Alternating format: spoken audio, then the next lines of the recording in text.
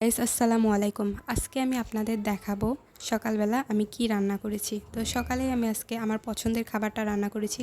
দেখতে পাচ্ছেন এখানে ইলিশ মাছ নিয়েছি। ইলিশ মাছ ভাজা আমার খুবই পছন্দের।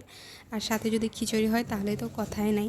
তো সকালে মাছ বের করে কুটে বেছে আমি নিজেই সব কিছু করেছি। তো করে দেখতে পাচ্ছেন এখানে অনেক সুন্দর করে মাখায় রেখেছি মাছগুলো। তারপরে এখানে কড়াইয়ে তেল গরম করেছি। গরম করার পরে একটা একটা করে দিয়ে দিচ্ছি। মাছগুলো এখন আমি খুব সুন্দর করে ভেজে নেব একেবারে মুচমুচে করে। তো আমার মনে হয় যে ইলিশ মাছ শুধু আমার একার না, আপনাদের সবারই পছন্দের। এটা ছোট বড় সবাই পছন্দ করে, যদিও বা মাছে অনেক কাটা, অনেকে বেছে খেতে পারে না, এই জন্য কম খাই। কিন্তু আমার কাছে এগুলো কোনো ম্যাটারই করে না, কারণ আমি সব একেবারে মানে কি বলবো, কাটা টাটা সহ সব কিছু খেয়ে ফেলি। আমার কাছে এটা এত পছন্দের খাবার। তো মাছগুলো এখন ভাজার শেষের দিকে, মানে সব একেবারে লাল লাল হয়ে গেছে। এখন আমি উঠিয়ে ফেলবো। আর এই দিকে পেঁয়াজ কাঁচামরিচ সুন্দর করে কুচি কুচি করে কেটে রেখেছি খিচুড়ি দিব বলে।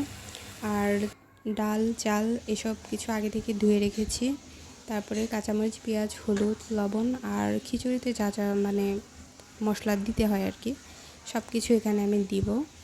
দিয়ে সুন্দর করে মাখায় দিয়ে রাইস কুকারে তুলে দেবো। আমরা খিচুড়ি রাইস কুকারেই বেশি খাই, মানে রাইস কুকারে দিলে সুন্দর হয়। আর তারপর টানটা ডান, এই যে দেখতে পাচ্ছেন সব কিছু রেডি।